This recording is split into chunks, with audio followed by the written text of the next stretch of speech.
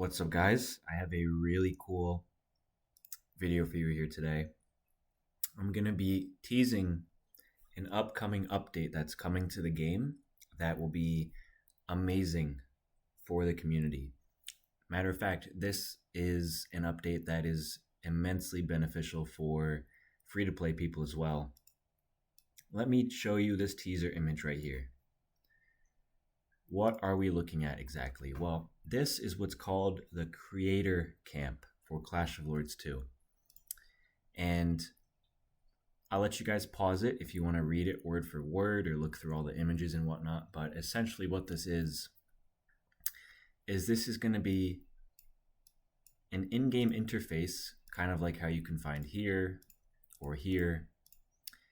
And it's going to allow you to get rewards for creating content for this game. Those rewards are to be determined. I think they're going to be unique rewards like profile titles, avatars, avatar frames, even some in-game rewards like epiphanies and whatnot. Who knows? I don't know the details on the rewards exactly yet, but I mean, this looks amazing. This looks incredible for being added in 2025 right after we received an update that's full of content. I really like the sound of that. So why is it centered like that? Let's see. Okay, so according to this, you get a standing ovation. You get credited if you post good content. Obviously, there's Facebook, Instagram, YouTube, TikTok at the bottom here. It says excellent video, excellent picture, excellent player. And then it's selecting the excellent video tab right here. And it's like an in-game YouTube / TikTok / Facebook interface, basically, where you can directly access creator content without having to go to a website. I think this is amazing for the game. Obviously, I'm somewhat biased because why is it? There's like a white border on the right. Excuse that. But obviously, I'm someone that's going to benefit from this. That's no secret. But beyond that, this game has had a history of struggling to reach audiences outside of a bubble. And what do I mean by that? Like, I obviously make content for this game, but there's tens of thousands of people playing this game. There's a few hundred people watching my stuff. And I think one of the reasons not everyone has had access to my content is either they don't use YouTube, they don't search my stuff up, or they're in a foreign country where my stuff isn't as easily accessible, or it's just not anywhere to be found. And this doesn't just apply to me. Anyone watching this, if you want to make a video, you can now reach the entire community and you'll get rewarded for it too. So my hopes are high for the future of this game. I am really surprised that IGG is actually adding this. It just goes to show you that they see a future in this game as well. I know there's this meme that this game is dying, which in some ways it looks like to be showing some signs of wear, but at the same time, this update looks crazy good. I can't wait to figure out what rewards we're actually going to get. And I'm really curious, obviously it showcases good videos and good pictures. I'm really curious what it means for excellent player. I really wonder what that could be.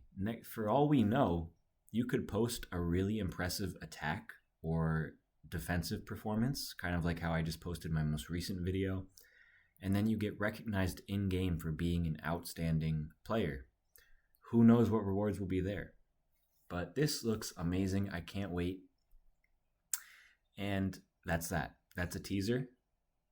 Coming soon. Okay, so after I tease that, I want to talk about another point about this game that is completely unrelated, actually, but I figured I'd squeeze it in this video. And I actually did, some of you probably saw it, I did a video called State of the Game, episode 1, where I basically just talk about like the current state of the game And my cat is really annoying me right now. Um, there's something in the game that I wanted to talk about. It doesn't really deserve its own video because it's not going to take that long, but I wanted to bring it up and get your guys' opinion on it. But I'll give a bit of backstory. So, how long has it been since the server merge? Like 2.5 years, 3 years even? Before the server merge, there was, I want to say, 8 to 12 really high end guilds. And when the server merge hit, it's gotten worse over time, but when it hit, people were recruiting to become the top guild in the game. And I'm just gonna give it to you guys straight. There's two people behind that movement. There's One and there's Lord Abe. Lord Abe recruited a lot of top players. One recruited a lot of top players, and those two groups of players are still at the top today. House of Dragons and United 66. And the reason I'm making this point, I guess I didn't even share the point. What am I trying to say? I think it's, and I'm part of the problem. I'm in one of those guilds, but I think it's actually really unhealthy for the game that there's just two super guilds ruling over the entire community. For example, before the server merge, Adam was ruling his own kingdom. Who was it? The Chinese were ruling their own kingdom. Russia and the Germans and the French and all that. Everyone had their own designated playing grounds, and it was obvious that, like, at the end of the day, certain guilds were really strong and would end up winning. But I don't know what I'm getting at. Like, I guess it's annoying to me that this has gone on this long, and I'm only piecing this together as of late.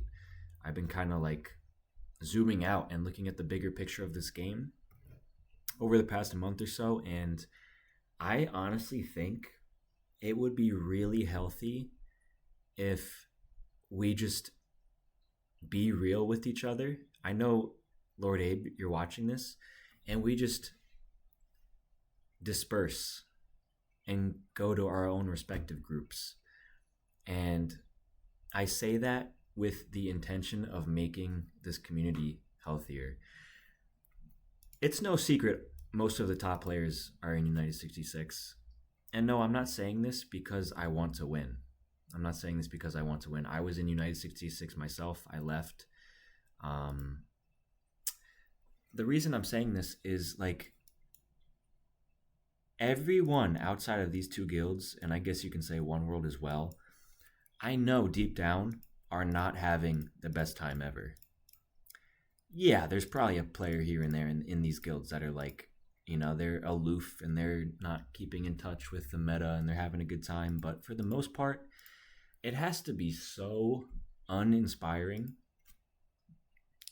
just knowing, like, there's this group of top players ruling with an iron fist. And the issue that comes with dispersing, if, like, people were to actually make an agreement and go their own ways to, like, balance out the competition, at the end of the day, we're all just going to have to accept one of those guilds is going to be on top. One of them is just going to be better than the other. That's just the way it is. And I think a lot of this boils down to this innate competitiveness that these two groups have with each other. There's certain players in both of these guilds that really just want to crush the other. And that ego battle, that's what it is. It's just an ego battle, if I'm being honest, is causing this entire game to, like, play around it. And I don't think that's a good thing. Now, will people disband and will it be all sunshine and rainbows after this video? Probably not, but I'm just trying to push it in the right direction. I'm trying to, like, nudge it that little bit and set that intention so that maybe one day, who knows, people actually go back to their real respective guilds. Like, for example, I'm sure on one hand, a lot of the people that were recruited into United 66 have made friendships and they're really close and they don't want to leave now. But at the same time, I know for a fact, and this goes for House of Dragons too, this is not strictly for United 66. I know for a fact, not everyone here is like a deep down guildmate that is a ride or die that needs to stay with each other. When I was in United 66, there's people here that don't even talk. Same here. There's people in my guild that I've been in for like a year and a half that I still haven't talked to once. It's just the way it is. And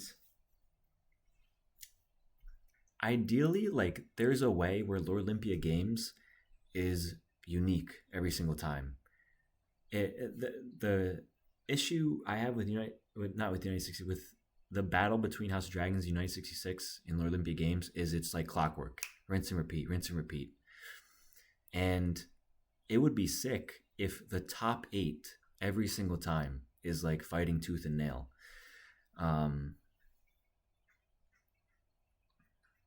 We'll see. I don't know. I'll probably message people about this, see what they think. There's a chance they don't care at all. I care personally. And with the update coming, I think it's a good indication that this game is really on the right track for what it's worth. Like, amazing update that just came out in terms of the amount of content. Amazing update I just teased. The best we can do as a community is like make it a little bit healthier. I think it's cool that we're having 2 super guilds face off, but on the other hand, I don't think it's that healthy. And I'm not saying this like I'm the oracle. Maybe there's people in the comments that disagree with me. So this is like an open discussion if you guys want to talk about it in the comments. But my cat is still meowing at me. I think it'd be really cool if like this game gets some competitiveness back in terms of like more top guilds rather than 2 giant super guilds. 1 second.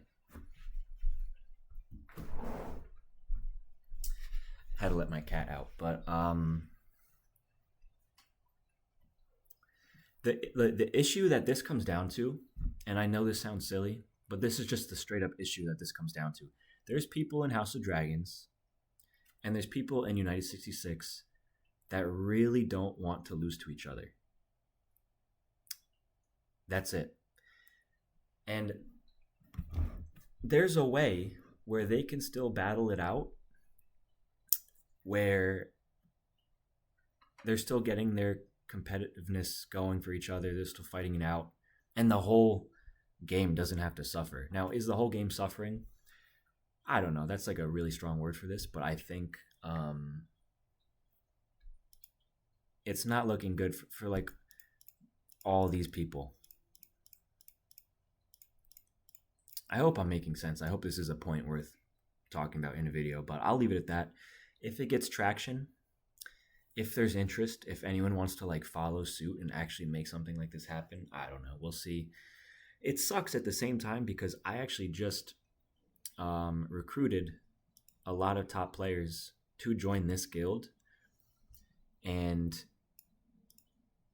I realized like, yeah, we just got a lot stronger. Maybe we'll be able to compete with United 66 now.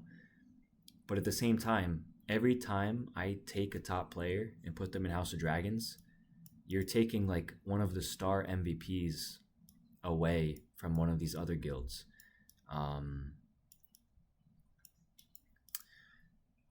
It's like, I don't know, like it makes you wonder how many people, let's say when the server merge happened, how many people were looking up to Adam as like the star MVP player of his region. I believe he was on the French server, whatever. Like, this is our savior. This is the guy we look up to. And then boom, he just disappears to join a super guild.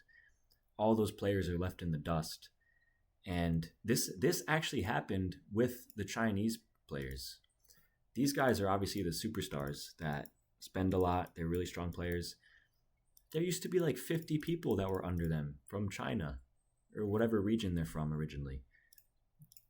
Where are they? Where did they go? I don't see any of them. It's like they gave up because they realized there's no hope. And yeah, I think this would be amazing for the game. Let me know what you think.